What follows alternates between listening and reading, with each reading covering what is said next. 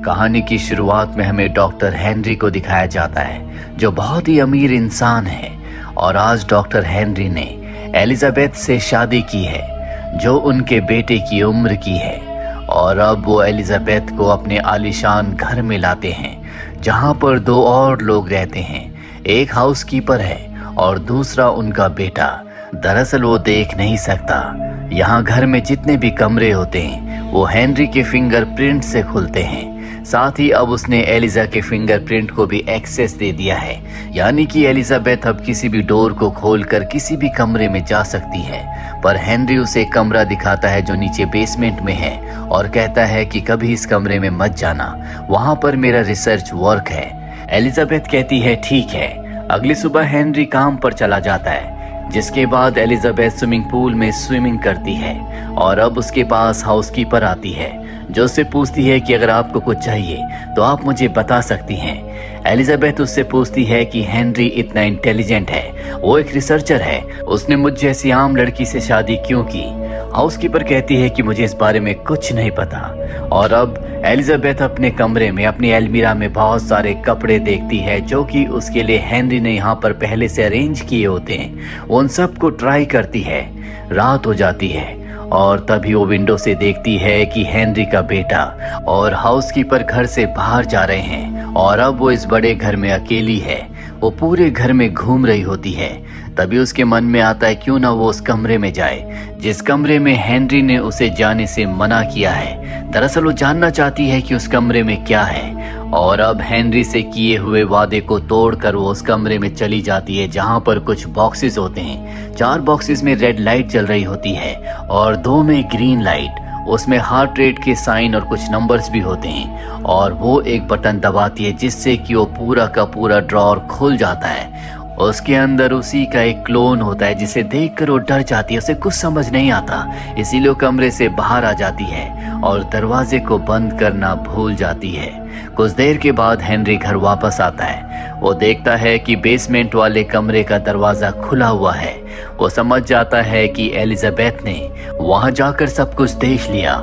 इसीलिए जब रात हो जाती है तो वो एलिजाबेथ को मारने के लिए उसका पीछा करता है। एलिजाबेथ घर के दरवाजे खोलने की कोशिश करती है, लेकिन अब उसके फिंगरप्रिंट से कोई दरवाजा नहीं खुल रहा होता, जिसका मतलब ये है कि वो इस घर में फंस चुकी है। जल्दी हेनरी उसे ढूंढकर मार देता है। अगली सुबह हेनरी, उसका बेटा और हाउसकीपर तीनों मिलकर उसकी बॉडी को दफना देते हैं। अब अगले दिन हेनरी से मिलने के लिए एक डिटेक्टिव आता है, जो अक्सर उससे मिलता रहता है। वो पूछता है कि मैं तुम्हारी पत्नी से मिलना चाहता हूँ। हेनरी कहता है कि वो सो रही है। डिटेक्टिव कहता है कि जब भी मैं आता हूँ तुम्हारी पत्नी हमेशा सोती रहती है। हेनरी कहता है कि लड़कियां अपनी सुंदरता बढ़ाने के लिए ज्यादा रेस्ट लेती हैं, हम इसमें कुछ नहीं कर सकते।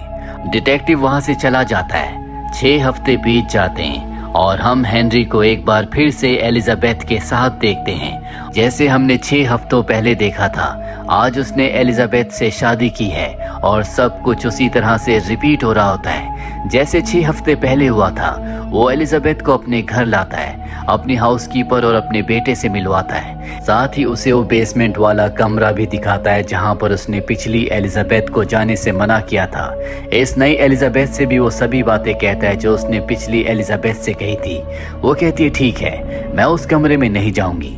अगली सुबह एक बार फिर से हेनरी अपने काम पर चला जाता है और रात होने पर हाउसकीपर और हेनरी का बेटा, जो कि देख नहीं सकता, वो घर से निकल जाते हैं। एलिजाबेथ उन्हें जाते हुए देखती है और अब वो घर में अकेली घूम रही होती है। और जिस तरह से पिछली वाली एलिजाबेथ बेसमेंट वाले कमरे में गई थी, ये एलिजाबेथ भी उस बेसमेंट वाले कमरे में चली जाती है, जहां पर उसे कुछ बॉक्सेस दिखते हैं, जिनमें से 5 में रेड लाइट जल रही होती है और 1 में ग्रीन लाइट। जबकि पिछली वाली एलिजाबेथ ने 4 में रेड लाइट और 2 में ग्रीन लाइट देखी थी और अब 5 में रेड लाइट है, जिसका मतलब ये है कि 2 ग्रीन लाइट वाले बॉक्सेस में से एक बॉक्स के अंदर से यही एलिजाबेथ निकली है, जिसके अंदर पिछली एलिजाबेथ ने अपना ही क्लोन दिखा था। और अब जो एक ग्रीन लाइट है उसके अंदर इसका एक और क्लोन है। और अब ये वाली एलिजाबेथ भी पहले वाली एलिजाबेथ की तरह वहां से डर के बाहर आ जाती है और अपने कमरे में सो जाती है।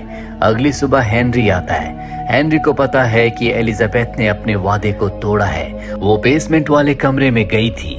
एलिजाबेथ इसके बाद वॉशरूम जाती है। हेनरी भी उसके पीछे आता है। एलिजाबेथ को समझ में आ जाता है कि हेनरी के इरादे सही नहीं है। उसने वहां पर सब कुछ पहले ही देख लिया था, किस तरह से उसके क्लोन को उसमें रखा गया है, और अब हेनरी उसे मारने की कोशिश करता है। एलिजाबेथ भागकर किचन में चली जाती है और चाकू उठा लेती है, पर हेनरी पीछे से आकर उसे क्लोरोफॉर्म से बेहोश करने की कोशिश करता है। एलिजाबेथ बेहोश हो जाती है और जब हेनरी उसे छोड़ता है तो एलिजाबेथ के हाथ में जो चाकू होता है उससे वो हेनरी के ऊपर हमला करके उसे मार देती है। दरअसल उसने बेहोश होने का नाटक किया था, पर धीरे धीरे उसके ऊपर क्लोरोफॉर्म का असर होने लगता है जिससे वो बेहोश हो जाती है। कुछ देर के बाद जब उसे होश आता है तो उसके पास हेनरी की डेड बॉडी होती है। वो हेनरी के फिंगरप्रिंट के साथ दरवाजा खोलने की कोशिश करती है, लेकिन अब वो मारा जा चुका है। उसकी बॉडी में हीट नहीं है, इसीलिए उसके फिंगरप्रिंट से दरवाजा नहीं खुलता। वो उसकी बॉडी को छुपा देती है, साथ ही आसपास जितना खून होता है वो सारा खून साफ कर देती है ताकि किसी को पता ना चले कि उसने हेनरी को मार दिया है। वो अपने फोन से हेल्पलाइन पर कॉल भी करती है, लेकिन उसे घर का एड्रेस पता नहीं होता। कुछ देर के बाद हेनरी का बेटा और हेल्पर घर पर वापस आ जाते हैं। वो एलिजाबेथ को जिंदा देखकर हैरान हो जाते हैं। हेल्पर समझ जाती है कि अगर एलिजाबेथ जिंदा है इसका मतलब ये है कि उसने हेनरी को मार दिया है। तभी उसे हार्ट अटैक आ जाता है। वो हॉस्पिटल कॉल करती है, जिसके बाद एम्बुलेंस आती है जो हेल्पर को अपने साथ हॉस्पिटल ले जाती है। एलिजाबेथ देखती है कि घर के दरवाजे खुल चुके हैं। वो यहाँ से जाना चाहती है, पर हेनरी का बेटा कहता है कि तुम यहाँ से मत जाओ। अगर तुम यहाँ से गई तो पुलिस तुम्हें पकड़ लेगी। मैं जानता हूँ कि तुमने हेनरी को मार दिया है। हमें उसकी बॉडी को ठिकाने लगाना होगा, तभी तुम पुलिस से बच सकती हो। और अब हेनरी का बेटा ओलिवर और एलिजाबेथ उसकी बॉडी को एक बर्नर में जला देते हैं। इसके बाद एलिजाबेथ पूछती है कि मैं कौन हूँ। हेनरी का बेटा ओलिवर उसे बताता है कि मेरे पिता हेनरी एक जेनेटिक साइंटिस्ट थे। उन्होंने तुम्हारे 6 क्लोन्स बनाए थे और तुम क्लोन नंबर 5 हो। तुमसे पहले वो 4 क्लोन्स को जिंदा कर चुके थे, जिन सबको उन्होंने मार दिया। पर इससे पहले कि वो तुम्हें मारते तुमने उन्हें मार दिया, जिससे तुम बच गई। अब यहाँ पर एक गाड़ी आती है। वो समझ जाता है कि डिटेक्टिव आ चुका है। डिटेक्टिव घर के अंदर आता, वो एलिजाबेथ और हेनरी के बेटे ओलिवर से मिलता है। वो एलिजाबेथ से कहता है कि मैं आज पहली बार तुम्हें देख रहा हूँ। जब भी मैं घर पर आता था तुम सो रही होती थी। मैं हेनरी से मिलना चाहता हूँ। वो कहती है कि आज हेनरी सो रहा है, और तभी ओलिवर उसे गोली मार देता है, जिससे उसकी मृत्यु हो जाती है। और अब ये दोनों उसकी बॉडी को भी हेनरी की बॉडी की तरह पूरी तरह से बर्नर में जला देते हैं। इसके बाद वो एलिजाबेथ से कहता है कि तुम पैसे लेकर यहाँ से हमेशा के लिए चली जाओ। एलिजाबेथ पैसे लेने के लिए कमरे में आती है, जहाँ पर ओलिवर भी आ जाता है। उसके हाथ में एक डायरी होती है।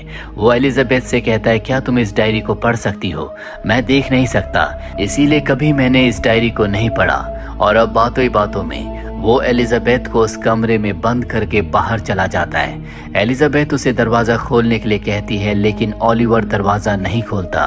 और अब हेनरी ने जो उसे डायरी दी थी वो उस डायरी को पढ़ना शुरू करती है, जिससे उसे पता चलता है कि इस घर में जो हेल्पर यानी कि हाउसकीपर थी, जिसे हार्ट अटैक आया था, दरअसल वो एक न्यूरोलॉजिस्ट है, जिसे हेनरी ने आज से कुछ साल पहले अपनी मदद के लिए बुलाया था। दरअसल हेनरी की जिस लड़की से शादी हुई थी उसे एक न्यूरो डिजीज थी, जिस वजह से शादी के 2 साल बाद ही उसकी मृत्यु हो गई। हेनरी उससे बहुत प्यार करता था, इसीलिए उसने उसके सेल से 6 क्लोन्स बनाए, जिनमें से 2 क्लोन्स को वही बीमारी थी जो कि उसकी पत्नी को थी, जिस वजह से उसकी मृत्यु हो गई थी।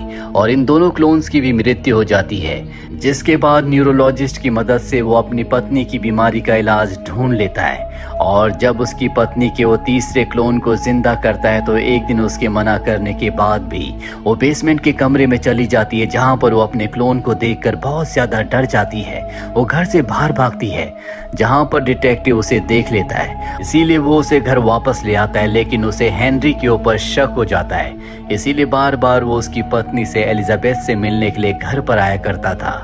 एलिजाबेथ को अब सब कुछ पता चल चुका है कि दरअसल वो हेनरी की पत्नी का ही क्लोन है। और अब ओलिवर दरवाजा खोल देता है। एलिजाबेथ उसके ऊपर हमला कर देती है और उससे दरवाजे का पासवर्ड पूछती है। वो उसे पासवर्ड बता देता है। एलिजाबेथ जब दरवाजे के पास जाकर पासवर्ड डालती है तो दरवाजा नहीं खुलता, क्योंकि उसे ओलिवर ने गलत पासवर्ड बताया है। इसीलिए वो गुस्से में वापस आती है। वो ओलिवर को मारना चाहती है, लेकिन ओलिवर वहां पर नहीं होता। और अब वो बेसमेंट में आती है जहां पर पहले से ओलिवर है। वहां पर वो छठे क्लोन को जिंदा रखने की कोशिश कर रहा होता है। एलिजाबेथ अपने क्लोन को देखकर बहुत हैरान होती है और तभी मौके का फायदा उठाकर ओलिवर उसके ऊपर हमला करके उसे बेहोश कर देता है और उसी कमरे में बंद कर देता है जहां पर उसने डायरी को पढ़ा था। वो उसके पैरों को चेन से बांध देता है। उस देर के बाद एलिजाबेथ को होश आता है। वो देखती है कि उसे चेन से बांधा गया है। उसके पास वही डायरी है जो ओलिवर ने उसे दी थी। वो उस डायरी को आगे पढ़ना शुरू करती है, जिसमें लिखा होता है कि एलिजाबेथ का जो तीसरा क्लोन था उसके सेल्स अपने आप ही कुछ वक्त बाद डेड हो गए, जिस वजह से उसकी मृत्यु हो गई। पर हेनरी ने हार नहीं मानी। उसने उसके सेल्स को स्टेबलाइज किया और अब कमरे में ओलिवर आ जाता है। वो पूछता है क्या डायरी में मेरे बारे में कुछ लिखा हुआ है। वो कहती है कि नहीं। वो बताता है कि एक बार मैंने हेनरी और तुम्हें इंटीमेट होते हुए देख लिया था, इसीलिए हेनरी ने मुझे अंधा कर दिया। उससे पहले मेरी आंखें पूरी तरह से ठीक थी। ये कहकर वो वहां से चला जाता है। और अब एलिजाबेथ एक बार फिर से डायरी को पढ़ना शुरू करती है, जिससे उसे पता चलता है कि एलिजाबेथ के साथ साथ हेनरी ने अपना एक क्लोन बनाया था, जो और कोई नहीं बल्कि ओलिवर है। यानी कि ओलिवर खुद हेनरी का एक क्लोन है। दरअसल उसने अपनी पत्नी एलिजाबेथ के जो क्लोन बनाए थे वो उसके यंग सेल से बनाए थे, इसीलिए उसने खुद का भी एक यंग क्लोन बनाया जो कि ओलिवर है। और अब एलिजाबेथ ओलिवर को ये बातें बता देती है, जो सुनकर ओलिवर को बहुत गुस्सा आता है, क्योंकि उसने हमेशा हेनरी से नफरत की थी। और अब एलिजाबेथ उसे सिड्यूस करना शुरू कर देती है। वो उसे अपने पास बुलाती है और तभी वो उसका गला दबाना शुरू कर देती है और कहती है कि मुझे दरवाजे का पासवर्ड बताओ, वरना मैं तुम्हें मार दूंगी। वो उसे पासवर्ड बता देता है, पर इससे पहले कि एलिजाबेथ यहाँ से जाती, यहाँ पर एलिजाबेथ का छठा क्लोन आ जाता है, जिसे ओलिवर ने जगा दिया था। उसके हाथ में गन होती है। वो एलिजाबेथ को गन पॉइंट पर ले लेती है। हालांकि एलिजाबेथ उस क्लोन नंबर 6 को सब कुछ बताना चाहती है, लेकिन वो उसकी एक बात नहीं सुनना चाहती।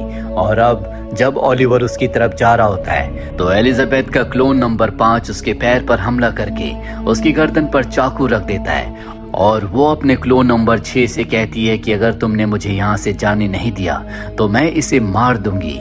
लेकिन क्लोन नंबर 6 गोली चला देती है, जो गोली ओलिवर को लगती है और ओलिवर से होते हुए वो एलिजाबेथ को भी लग जाती है। ओलिवर की मृत्यु हो चुकी है, लेकिन एलिजाबेथ नंबर 5 बहुत जख्मी है। वो उसी जख्मी हालत में मेन दरवाजे के पास आती है और ओलिवर ने जो उसे बाहर जाने का दरवाजे का पासवर्ड बताया था, उस पासवर्ड से वो दरवाजा खोल देती है। पर इससे पहले कि वो यहाँ से निकलती, एलिजाबेथ नंबर 6 उसे गोली मार देती है। पर मरने से पहले वो अपने क्लोन एलिजाबेथ नंबर 5 को कहती है कि कमरे में एक डायरी है, उस डायरी को तुम जरूर पढ़ना। दरअसल वो डायरी खुद न्यूरोलॉजिस्ट ने लिखी थी, यानी कि हाउसकीपर ने। और अब एलिजाबेथ का क्लोन नंबर 6 मारा जा चुका है, जिसके बाद क्लोन नंबर 5 उस पूरी डायरी को पढ़ लेती है। उसे सारी सच्चाई का पता चल जाता है, इसीलिए वो इस घर से निकल जाती है ताकि वो अपनी जिंदगी की नई शुरुआत कर सके। वहीं हमें घर पर दिखाया जाता है जहां पर हाउसकीपर यानी कि न्यूरोलॉजिस्ट, जिसे हार्ट अटैक आया था, वो वापस आ चुकी है और उसे नहीं पता कि एलिजाबेथ का छठा क्लोन यहाँ से जा चुका है। अब सवाल ये उठता है कि हेनरी अपनी पत्नी के क्लोन को क्यों मारता था। दरअसल वो एक परफेक्ट पत्नी यानी कि एक परफेक्ट क्लोन चाहता था जो उसकी हर एक बात माने। इसीलिए जब वो अपनी पत्नी के क्लोन से कहता है कि तुम्हें बेसमेंट वाले कमरे में नहीं जाना और वो वहां पर चली जाती है, तो हेनरी गुस्से में उसे मार देता है, क्योंकि उसने हेनरी की बात को नहीं माना।